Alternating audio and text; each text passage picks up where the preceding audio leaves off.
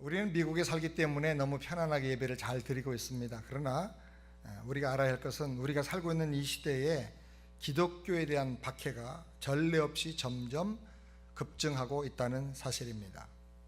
특별히 중동과 아프리카, 중앙아시아에서 박해가 점점 심해지고 있습니다. 2015년 기독교 복음 신앙을 포기하지 않고 믿는다는 이유로 죽임당한 신자들이 전 세계적으로 7,000명이 넘습니다. 2,300개의 교회가 공격을 받아서 파괴되었습니다. 10개의 핍박을 많이 하는 나라 중에 북한은 14년째로 계속 제일 많이 박해하는 나라가 되고 있습니다. 지금도 7만 명 이상이 신앙적인 이유 때문에 강제노동 수용소에서 고통을 당하고 있습니다. 이라크라든지 아프리카의 에리트레아라든지 아프가니스탄, 시리아, 파키스탄, 소말리아, 수단, 이란, 이라크, 리비아 이런 나라들이 잔인하게 기독교를 핍박하는 10개의 대표적인 나라들입니다. 이들은 공산주의 때문에 또는 이슬람 종교로 인해서 노골적으로 복음적인 기독교 신앙들을 핍박하고 있습니다.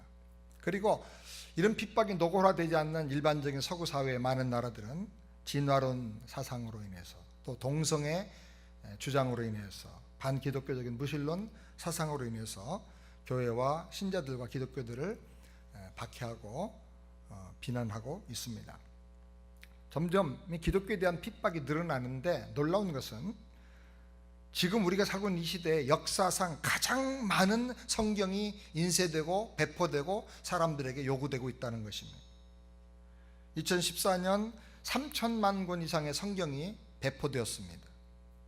아메리카가 20% 증가했고 쿠바가 400% 증가했습니다.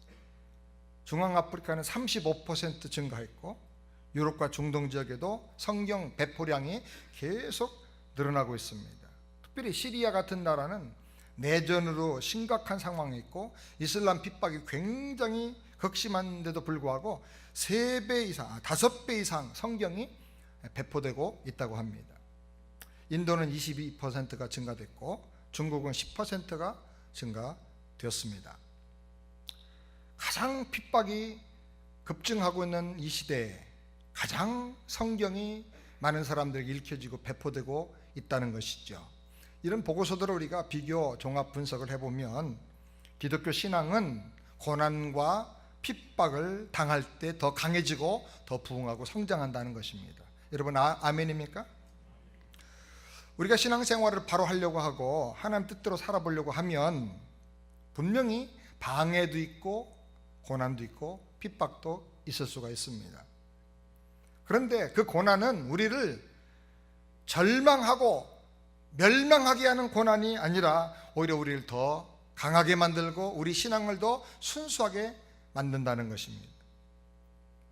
그렇기 때문에 우리는 어떤 고난과 방해도 절대로 절망이 아니고 오히려 우리 신자들에게는 더 큰 영광이요 더 큰 축복의 기회요 내 믿음이 성장해서 그것을 승리하는 전환점이 된다는 사실을 확실하게 믿어야 되겠습니다. 우리는 하나님의 본심을 알아야 합니다. 아까 우리가 암송했던 말씀 예레미야가 3장 33절 너무 좋은 말씀입니다. 다 같이 함께 읽겠습니다. 주께서 인생으로 고생하게 하시며 근심하게 하심은 본심이 아니시로다. 하나님의 본심은 우리가 고난당하는 게 아니라는 거예요. 여러분 아멘입니까? 그런데 왜 우리가 현실적으로 실제 신앙생활하면서 고난을 당하게 되는가? 그 이유를 성경은 말합니다. 신명기 8장 16절 다 같이 읽겠습니다. 이는 다 너를 낮추시며 너를 시험하사 마침내 내게 복을 주려 하심이었느니라. 하나님의 마음은 마침내 우리에게 은혜와 복을 주기 원하시는 거예요. 그렇기 때문에 그 은혜를 잘 감당하고 그 주시는 복을 잘 감당하는 좋은 그릇을 만들어야 된다라는 거예요. 그럼 우리는 어떤 종류의 고난과 역경과 방해와 환난을 만날지라도 이것을 고통이라고 생각하지 말고 절망이라고 생각하지 말아야 합니다. 오히려 주님, 이 고난 속에서 내가 주님 닮기를 원합니다. 주님의 뜻을 이루는 도구로 제가 다듬어지기를 원합니다. 주님 주시는 믿음을 가지고 이런 모든 역경과 고난을 이겨나가면서 내 믿음이 위대하게 강해지고 커지기를 원합니다. 이렇게 기도하게 되기를 바랍니다. 그러면 어떤 고난과 방해가 다가와도 오히려 은혜가 되고 승리가 되고 변장된 축복인 것을 확인하게 될 것을 믿으시기 바랍니다. 제가 오래전에 한국의 명성교회 한 10만 명 이상 모이는 교회죠. 그 교회 담임 목사님 김삼만 목사님의 설교를 듣다가 간증을 들으면서 참 웃고 감동도 받고 힘도 얻었습니다. 김삼만 목사님 본래 겁이 굉장히 많았답니다. 개척교회 할 때 어려운 가운데 있었는데 어느 날 사택 그 집에 도둑이 들어왔습니다. 한참 잠을 자는데 문이 열리고 그러고는 쩌벅쩌벅 발자국 소리가 들려오더랍니다. 겁이 나서 목사님 이불 속으로 쑥 숨었습니다. 그리고는 발로 아내를 차면서 여보 당신 좀 나가보라고 했답니다. 사모님의 의외로 담대하게 나가더니 누구야 하고 소리를 치더랍니다. 그러자 도둑이 놀래가지고 도망을 갔습니다. 창문 너머 뛰어내리고 담을 타고 넘어갔습니다. 저 도둑 도망가네. 사모님이 소리를 지르니까 비로소 목사님이 입을 차고 나오더니 벌떡 일어나서 야 이놈아 개석거라 그러면서 이 도둑 잡아라 그리고 쫓아가더랍니다. 그 다음부터 목사님이 사모님 볼 때마다 쪽팔려가지고 평생 사모님을 존경하면서 살기로 결심을 했다고 합니다. 아주 큰 교회를 목회하고 많은 일을 하는 아주 믿음의 용사인 줄 알았는데 그 내면 속에는 의외로 이렇게 겁이 많다는 고백을 들을 때 제가 아주 기분이 좋고 은혜를 많이 받았습니다. 누구나 겁이 있고요, 누구나 두려움이 있습니다. 그런데 하나님의 은혜를 체험하고 그 체험이 하나 둘 쌓여가기 시작하고 그리고 말씀을 통해서 믿음이 점점 커지고 하나님이 나와 함께 하신다는 확신이 생길 때 우리는 더 큰 일도 하고 사역도 하게 되고 위대한 모험적인 승리하는 인생도 살 수가 있는 줄을 믿습니다. 우리 한국 역사상 가장 존경받는 사람 그러면 세종대왕과 이순신 장군을 거의 다 꼽습니다. 그런데 이순신 장군이 굉장히 겁이 많고 두려움이 많았던 분이랍니다. 전쟁하러 나갈 때마다 이번에 죽을 것 같은 두려움, 이번에 전쟁에서 패하면 나라가 망할 텐데 라고 하는 두려움 때문에 거의 잠을 못 잤답니다. 고민하다가 내린 결론이 뭐냐? 생즉사 사즉생. 죽고자 하면 살고 살고자 하면 죽는다. 이거는 우리가 알기는 담대한 불굴의 정신 이렇게 생각을 하는데 사실은 이게 그 두려움의 고백이었다는 거예요. 두려움의 고백. 그런데 두려웠지만 죽기를 각오하고 나가니까 오히려 이기고 승리하게 됐다는 것이죠.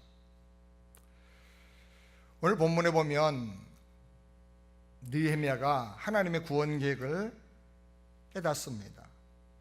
하나님께서 이스라엘 민족을 그 종으로 택해서 그 민족을 통해서 온 세계를 구원하려고 하는 하나님의 계획이 있다는 것을 그가 다시 한번 깨닫게 됩니다. 그런데 이 유대인들이 지금 포로 생활합니다. 성벽이 다 무너졌습니다. 이 유대인들이 보존되어야 이 유대인을 통해서 하나님이 작정대로 메시아가 이 땅에 오시게 되고 온 인류의 구원이 이루어지게 되는데, 그래서 그는 메시아가 오실 그때를 준비하면서 그 하나님의 구원의 나라를 바라보고 예루살렘 성벽을 재건하기로 작정을 합니다. 이것은 단순한 성벽 건축의 이야기가 아니고요, 이것은 단순히 자기 민족 고통당하는 것을 사랑해서 도와주는 그런 얘기가 아니에요. 하나님의 구원 역사를 이루기 위해서 자신의 생애를 그것을 위해서 헌신하는 아름다운 믿음의 고백인 것입니다. 그런데 이 일을 하려고 해보니까 얼마나 어려움이 많고 방해와 난관이 많은지 몰라요. 그래서 수룹바벨이나 에스라 같은 탁월한 영적인 정치인 지도자들이 있었지만은 5만 명을 데리고 가서 100년 동안에 걸쳐서 노력을 했어도 성벽을 건축할 수가 없었던 거예요. 알아보니까 산발랏이라는 인물, 도비아라는 사람, 아라비아의 사람들, 게셈, 암몬 사람들, 아스돗 사람들, 이런 사람들이 사마리아 군대들과 함께 그냥 계속 강하게 이 성벽 건축하는 것을 방해하고 반대했습니다. 그리고 그들은 느헤미야가 예루살렘 성을 재건할 때도 서로 동맹을 맺고 수없이 조롱하고 날마다 방해하고, 성경에 보면 4번 이상 느헤미야를 암살하려고 수많은 모략과 술수를 꾸며 댔던 것을 알게 됩니다. 이런 상황과 사실을 파악한 느헤미야는 두려웠습니다. 이렇게 어려운 일이었기 때문에 100년 동안 5만 명이 가서 그 지도자들이 수고했지만은 이게 안 됐던 거구나 깨달았습니다. 그러나 그가 두려웠지만 겁먹고 움츠러들고 포기하지 않았습니다. 신약적으로 말하면 할 수 있거든이 무슨 말이냐, 믿는 자에게는 능치 못함이 없느니라. 믿음으로 할 수 있다, 그런 믿음을 가지고 나간 겁니다. 내게 능력 주신 자 안에서 내가 모든 것을 할 수 있느니라. 내 힘으로는 안 되지만 하나님이 선한 손으로 도와주시면 할 수 있다. 난관과 방해와 핍박과 어려움은 있지만 절망은 아니다. 하나님이 함께 하시면 얼마든지 승리할 수 있다. 이렇게 믿고 나간 것입니다. 이런 믿음을 하나님이 축복하셔서 100년 동안도 못한 그 일을 52일 만에 다 재건하게 하셨습니다. 하나님께서 우리 세안의 성도들을 축복하셔서 우리 가문 2대 3대에 걸쳐서 하지 못하던 일들, 100년 걸쳐서도 못했던 일들, 평생 그러니까 노력해도 안 됐던 일들, 무너진 어떤 성벽과 영적인 어떤 기업들과 영적인 공동체가 있다고 하면 이번에 하나님이 느헤미야 같은 은혜를 주셔서 우리 모두 다 회복되고 재건하고 일어서게 되기를 주님의 이름으로 축원합니다. 이 느헤미야의 영성, 느헤미야의 리더십, 우리가 깊이 생각하며 품고 기도해야 합니다. 그럼 어떤 영성과 리더십을 가졌는가? 첫 번째로는 왕이 언제 다시 오겠냐고 묻는 사람이 되었습니다. 6절 말씀을 다 같이 함께 읽겠습니다. 그때 왕후도 왕의 곁에 앉았더라. 왕이 내게 이르시되 내가 몇 날에 행할 길이며 어느 때에 돌아오겠느냐 하고 왕이 나를 보내기를 즐기하시기로 내가 기한을 정하고. 느헤미야가 왕과 말할 때 상황이 어떤 상황이냐면 왕후도 왕의 곁에 앉아 있는 그런 상황이었다는 거예요. 그러니까 왕은 이 느헤미야를 그냥 신하 중에 한 사람이 아니라 가족 중에 한 사람처럼 이렇게 대우를 한 거예요. 그리고 그가 원하는 것을 다 허락해 주면서 아주 단서가 뭐냐면 어느 때에 돌아오겠느냐, 내가 기한을 정하라, 언제 돌아오겠느냐, 너는 없으면 안 되는 사람이라는 거예요. 너는 보고 업무 시간에도 보고 또 일과 끝난 다음에도 왕후와 얘기할 때 밥 먹을 때도 같이 있어야 되는 사람이라는 거예요. 느헤미야는 하나님께 사랑을 받을 뿐 아니라 사람에게도, 그 나라의 절대 권력자인 왕에게도 사랑을 받는 사람이 되었습니다. 우리 세안의 성도들은 하나님께 사랑받고 사람들에게도 사랑받는 사람들이 되시기를 주의 이름으로 축원합니다. 우리 잠언 3장 3절부터 4절을 다 같이 읽겠습니다. 인자와 진리가 내게서 떠나지 말게 하고 그것을 내 목에 매며 내 마음판에 새기라. 그리하면 내가 하나님과 사람 앞에서 은총과 귀중여김을 받으리라. 아멘. 저 이 말씀 너무 좋아하는데요, 끝에 보면 내가 하나님과 사람 앞에서 은총과 귀중여김을 받으리라. 하나님께는 우리가 은총을 받아야 돼요. 하나님의 은혜, 그것만 있으면 만사가 다 해결되는 거예요. 하나님의 은혜, 그런데 그걸로만 끝나는 게 아니라 사람 앞에서 귀중 여김을 받아야 돼. 어우, 저 쪼잔한 사람, 저 사람 누구야? 이게 아니고요, 귀중한 사람, 없어서는 안 될 사람이 돼야 하는 것입니다. 아멘. 우리 세안의 성도들은 하나님께 은혜 받고 사람들에게도 사랑받게 되기를 바랍니다. 그 비결이 뭐냐? 그 본문에 보면 사랑과 진실을 마음에 새기고 목에 메고 살아라.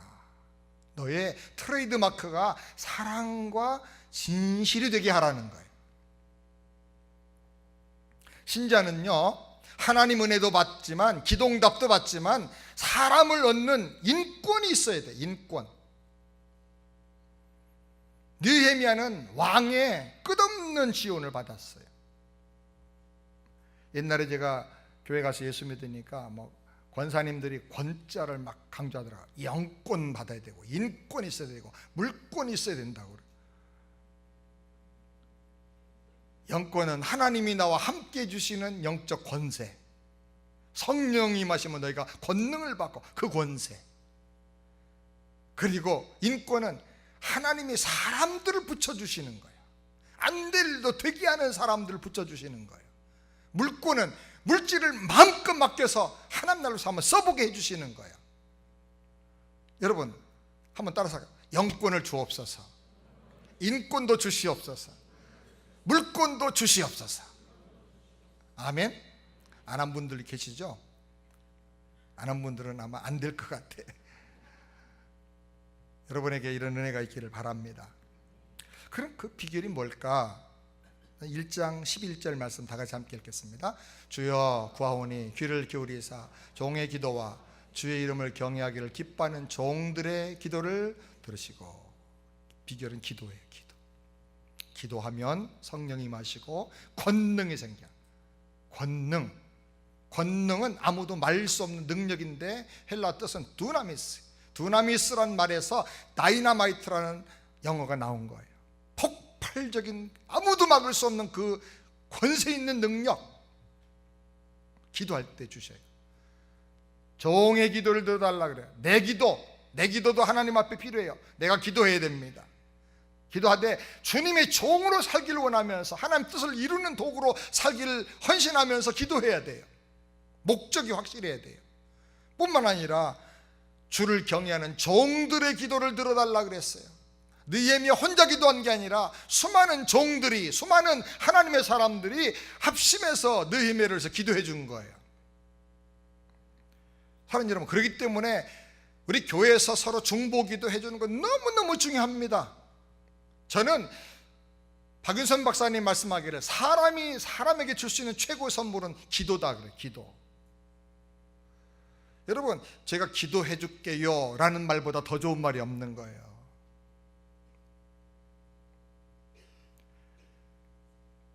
교회에서 우리 성도들이 작정을 하고 어떤 사람 이름을 불러가면서 기도하면 하나님께서 모든 병도 다 고쳐주셨어요. 모든 기도에 응답해 주셨어요. 아멘. 우리 자신, 나 스스로도 기도해야 되지만 서로 합심해서 기도해야 돼요. 목장 모임이 너무너무 중요한 거예요. 모여서 기도 제목 내놓고 말씀대로 살려고 하는데 이런 어려움이 있고 이런 기도 제목이 있으니까 기도해달라고 합심해서 기도하고 매일 기도하고 서로 기도로 세워주면 놀라운 기적이 일어나는 것입니다. 오순절날 성도들이 다락방에 모여서 마음을 같이하여 합심하여 전혀 기도에 힘썼더니 성령이 임하셨어요. 불같은 성령이 각 사람에게 임하시고 바람같은 권능의 성령이 각 사람에게 임하셔서 권능이 생긴 거예요.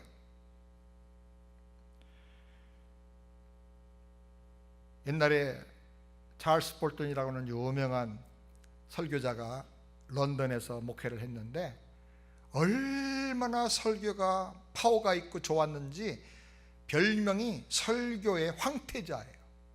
교회가 막 엄청나게 부흥하는 거예요. 사람들이 구름대처럼 몰려오고 전 세계의 목회자들과 성도들이 런던에 가면 꼭 그 교회를 한 번씩 가보고 싶어 하는 거예요. 그 설교를 한번 듣는 게 소원이에요. 방문한 사람들마다 가면 목사님 설교의 비결이 뭡니까? 그렇게 공부 많이 한 분도 아닌데 그렇게 설교를 능력 있게 잘하는 비결이 뭡니까? 투어를 합니다. 그러면 목사님이, 때로는 성도들이, 집사님들이 교회를 쭉 투어를 시키면서 반드시 교회 지하로 데려가요. 거기 가면 한 방이 있는데 일부 예배 드리면 예배 중에 성도들이 거기서 기도하는 거예요. 몇십 명씩 모여가지고 기도해요. 기도한 사람이 2부 예배 드리고 1부 예배 드리는 사람은 또 2부 예배 때 거기 가서 기도하고 예배 시간마다 중보 기도하는 사람들이 있는 거예요.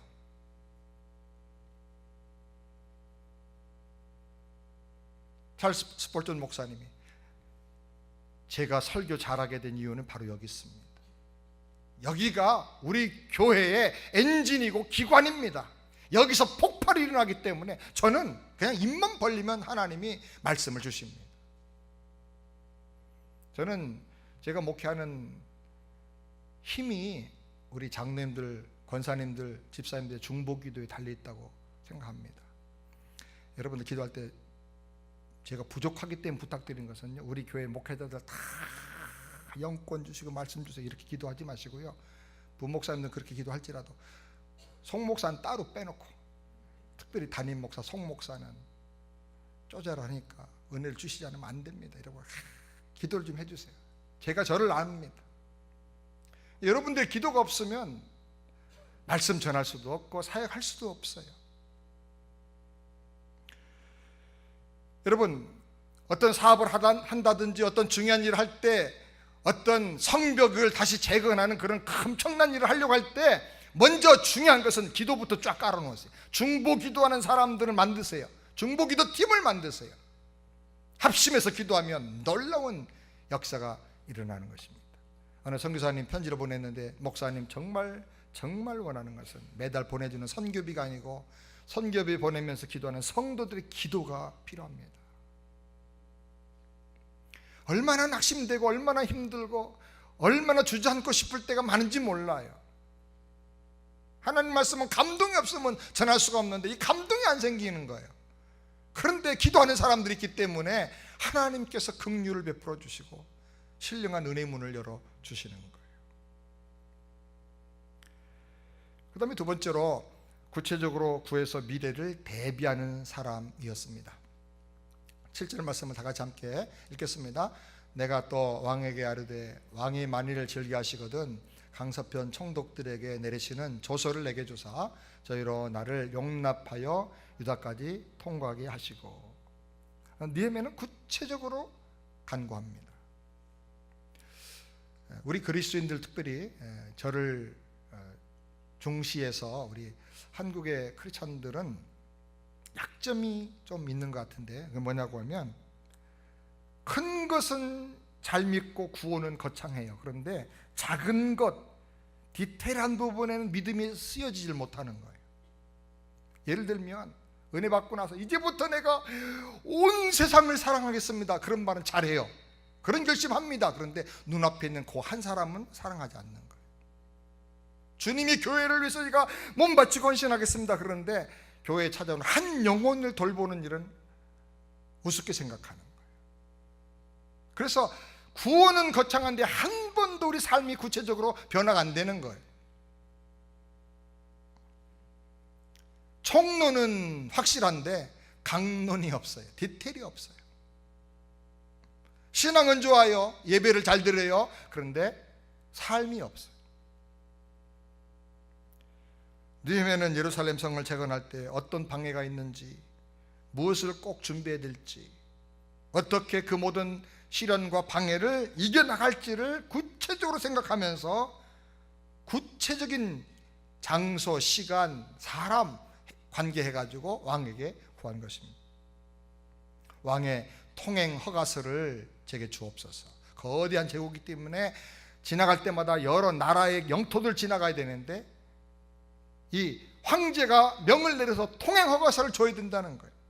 성을 쌓고 집을 지으려고 하면 나무가 필요하니까 살림 감독에게 벌목 허가를 주셔서 나무를 제가 마음대로 쓰게 해주셔서 막 구체적으로 필요한 것을 하나하나 조목조목 구한 것입니다. 그래서 느헤미야의 말을 듣다가 왕도 똑같이 생각을 하는 거예요. 구체적으로 그러면서 느헤미야가 미처 구하지 못한 부분까지도 다 챙겨서 채워주는 거예요. 군대 장관, 총사령관을 보내주고 말탄 기마부대, 수많은 그 강력한 기마부대를 느헤미야에게 딸려 보내서 그를 보호하고 경호하게 해준 것입니다. 우리가 하나님 앞에 기도할 때도 마찬가지입니다. 그림 그리듯이 구체적으로 하나님께 간구해야 되는 것입니다. 오늘 예배 가서 하나님 꼭 만나고 돌아오게 해주시옵소서. 그렇게 막연한 기도가 아니고 주님 주차장에 들어갈 때부터 은혜를 받고 마음이 열리고 주차 안내하는 분들 얼굴을 볼 때 그냥 기쁨이 넘치고 사랑으로 교제하게 해주시옵소서. 또 예배 들어가서 찬양이 제 마음에 확 열리고 찬양 속에서 하나님 임재가 임하게 해주시옵소서. 오늘 또 기도하는 장로님의 기도가 제 기도가 되게 하시고 크시 응답되게 해주시고 이렇게 기도할 때 막 병이 낫고 역사가 일어나게 해달라 기도하고 오늘 주시는 말씀을 가지고 내가 이렇게 살고 무장을 하고 남날의 비밀을 내가 경험하고 하나님의 약속을 응답과 치유를 경험하게 해달라고 이렇게 구체적으로 조목조목 놓고 기도할 필요가 있는 것입니다. 그림 그리듯이 이런 기도를 우리가 감찰하는 기도라고 합니다. 새가 위에서 쫙 이렇게 내다보고 하나하나 놓고 기도하듯이 여러분의 가정을 위해서도 여러분의 비즈니스를 위해서도 여러분의 사역을 위해서 그렇게 조목조목 이렇게 기도하시길 바랍니다. 이렇게 기도하는 것은 왜 기도하느냐? 하나님이 인격적인 하나님이시고 하나님의 응답을 믿기 때문에 이렇게 기도하는 것입니다. 주님께서는 너희가 비둘같이 순결하고 뱀같이 지혜로 하라 그랬어요. 구체적으로 기도하면서 미래를 잘 준비하는 우리 모두가 되기를 바랍니다. 그다음 세 번째로 향기로운 예의와 매너로 왕을 감동시켰습니다. 제가 볼 때 느헤미야의 강점이 굉장히 많은데 그 중에 아주 탁월한 것은 뭐냐면 그의 언어 습관입니다. 5절 말씀 다 같이 함께 읽겠습니다. 왕에게 과대 왕이 만일 절기하시고 종이 왕의 목전에서 은혜를 얻어 싸우면 나를 유다 땅 나의 열조의 묘실 있는 성읍에 보내어 그 성읍을 중간하게 하옵소서 하였는데 다짜고짜로 자기 필요한 것만 얘기하고 소원 들어달라는 식으로 간구하지 않았습니다. 만약에 당신이 제게 은혜를 주시고 만약에 당신이 기뻐하시고 즐기하신다면 이렇게 해주시옵소서. 나 중심의 요구가 아니고요 상대방 중심의 대화법이에요. 7절도 한번 다 같이 볼까요? 한 부분인데 다 같이 읽겠습니다. 내가 또 왕에게 이르되 왕이 만일 즐기하시거든. 느헤미야는 말하는 방법이 다 이렇게 말해요. 계속 똑같은 자세. 상대방에게 감동을 주고 스스로 더 주고 싶은 마음이 우러나도록 그렇게 동기를 부여하는 대화법을 사용하는 거예요. 우리는 정말로 이런 언어 방법을 배워야 됩니다. 왜냐하면 우리가 겪는 수많은 연단과 시련과 고난은 대부분 말 때문에 와요. 우리 말이 환난과 연단을 불러와요. 그렇기 때문에 이렇게 감동적인 언어 습관, 영향력 있는 언어 습관을 비장의 무기로 장착할 수만 있다면 우리는 어떤 방해와 장애도 넘어서 승리하고 나갈 수가 있는 것을 믿으시기 바랍니다.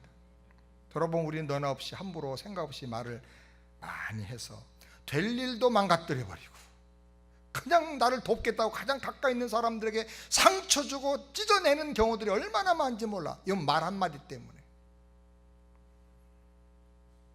그런데 느헤미야는 억지가 아니고 왕이 감동받아서 스스로 결정하고 챙겨주도록 그렇게 말을 했어요.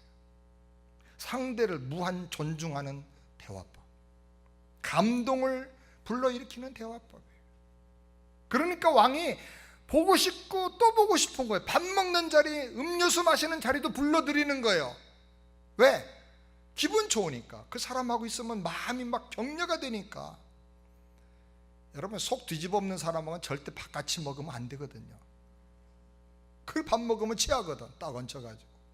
그러니까 밥 먹는 자리까지 불러드리는 사람이라고 하면 이거는 느헤미야가 얼마나 대단한 인물인가를 우리가 알 수가 있어요. 구한 것도 다 들어주고 구하지 않은 것까지 챙겨서 주는 거예요. 우리는 돌아볼 때 믿음은 좋은데 예의와 매너가 부족할 때가 참 많아요. 혹시 여러분 이런 말 들어보셨습니까? 그 사람은 믿음은 좋은데 싸가지가 없어요. 들어보셨어요? 그 사람 신앙은 있는 것 같은데 그 사람이 말만 하면 싸움이 일어나.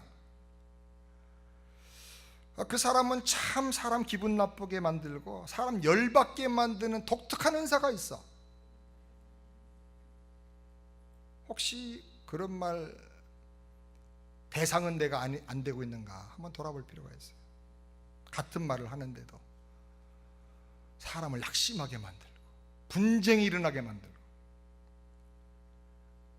우리가 금년에 말씀으로 씨심고 기도로 꽃 피우자 그랬는데요, 말씀으로 씨심고 기도로 꽃 피우려고 하면 말씀과 기도 앞에서 회개하고 나의 옛사람이 완전히 죽어야 돼요. 그리고 내 안에 예수님이, 갈라디아 2장 20절처럼 내 안에 예수님이 살아 역사하셔서 이제 내 인생을 주님이 주관하셔서 예수 냄새, 예수 향기가 나는 인생으로 살아져야 되는 거예요. 그럴 때 인격의 향기, 말의 향기, 매너와 태도의 향기, 표정의 향기가 나오는 거예요. 이게 신앙 인격의 꽃이 필 때 가능한 거예요. 옆에 있는 분들 보고 한번 이렇게 한번 해볼게요. 예수님 냄새가 나길 바랍니다. 한번 해볼까요? 예수님 냄새가 나길 바랍니다. 한 번 더 합시다. 표정부터 바꿉시다.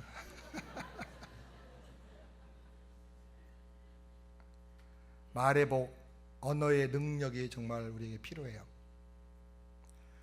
말의 향기로 상대를 감동시키는 우리 모두가 되기를 바랍니다. 기분 나쁘게 하고 무례하게 하고 관계를 깨트린 말을 했다면 삼가하고 향기로운 언어 습관, 감동을 주는 언어 습관을 우리가 장착해야 되겠습니다. 다음은 16장 24절을 다 같이 함께 읽겠습니다. 선한 말은 꿀송이 같아서 마음에 달고 뼈에 양약이 되느니라. 우리 흔히 한국말 이런 말 하죠. 쓴 말이 보약이다. 그 말 때문에 우리는요 얼마나 쓴 말, 상처 주는 말을 막 맘 놓고 하는지 몰라요. 잔소리라고 생각하지 마. 이게 너한테 보약되는 거야. 그 말 맞긴 맞는데 문제는 뭐예요? 그 쓴 말 들으면서 상처가 생긴다는 거예요. 저항감이 일어나고 그 사람을 보고 싶지 않은 거예요. 근데 오늘 말씀은요 정말 이거 완전히 확 바꿔놓는 반전의 말씀인데, 쓴 말이 보약일지는 몰라도 상처 주고 관계를 끊어놓는데 하나님 말씀은 그렇게 말하잖아요. 입에 꿀송이 같은 말, 뼈에 양약이 되는 말이 있다는 거예요. 하는 사람도 감동되고 듣는 사람도 막 꿀송이 먹는 것처럼 너무너무 달아. 어쩌면 저런 말이 나오나. 그런데 그 말을 두고두고 생각할수록 뼈에 양약이 돼. 쓴 말이 아니고 단말로 약을 주는 거예요. 그 사람하고 또 만나고 싶어. 그 얘기 또 듣고 싶어. 밥 먹을 때 좀 그 사람 불렀으면 좋겠어. 사람들이 찾아오고 보고 싶어하고.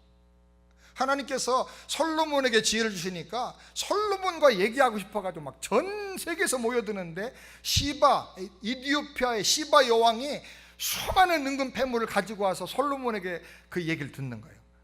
그러면서 하는 말이, 내가 소문으로 들은 것보다 당신의 지혜는 너무 무궁무진하다. 그래서 아예 잠깐 있다가 가려고 왔는데 아예 거기서 오랫동안 살아. 그래서 이디오피아가 솔로몬 이후로 최초의 하나님을 믿는 기독교 국가가 돼요. 시바를 통해서 믿게 되고, 그 다음에 이디오피아의 간다게라고 하는 그 내시가 예수 믿으면서 복음이 들어가서 이디오피아의 세계 최초의 기독교 국가가 세워지게 돼요. 역사상 꿀송이처럼 단말, 그런 말을 우리가 할 수 있다면 얼마나 좋겠어요. 근데 이런 말을 아무나 하는 게 아니야. 이런 말 하기 원하시죠? 아멘? 그런 이런 말을 누가 할 수 있느냐? 오직 한 사람만 할 수 있어요. 잠언 16장 24절의 앞에 23절 말씀 다 같이 읽겠습니다. 지혜로운 자의 마음은 그 입을 슬기롭게 하고 또 그 입술에, 지혜로운 자가 돼야 돼. 지혜로운 자. 잠언의 지혜로운 자는 하나님을 경외하는 자가 지혜로운 자예요. 하나님을 경외하는 것이 지혜와 지식의 근본이다. 하나님이 계신 걸 믿고 하나님이 나와 함께 하심을 믿고 하나님을 늘 두려워하면서 사랑하는 마음으로 사는 거예요. 그럼 말할 때도 하나님을 의식하면서 말해. 무슨 말 하든지 하나님의 말씀을 전하는 것처럼 하라 그랬어. 말하는 거예요. 그러니까 그 말이 성령의 감동이 있고 지혜가 있는 것이죠. 슬기롭게 해주는 것이죠. 이런 지혜로운 사람만이 입에 꿀송이 같은 말, 뼈에는 양약 같은 말을 할 수가 있는 것입니다. 여러분, 가정에 어려움이 있고 부부간에 갈등이 있고 사업이 어렵고 인생이 여러 가지로 환난과 시련이 있다면 반 정도의 분량은요, 말 때문에 오는 겁니다. 말 때문에. 이 말이 바꿔지기만 하면, 내 언어 생활이 바꿔지기만 하면 방해와 장애를 넘어서 승리하는 비결을 우리가 체험하게 되는 것입니다. 우리가 늘 즐겨 부르는 찬송 중에 이런 찬송이 있죠. 겸손히 주를 섬길 때 괴로운 일이 많으나, 그 다음 절에 보면 인자한 말을 가지고 사람을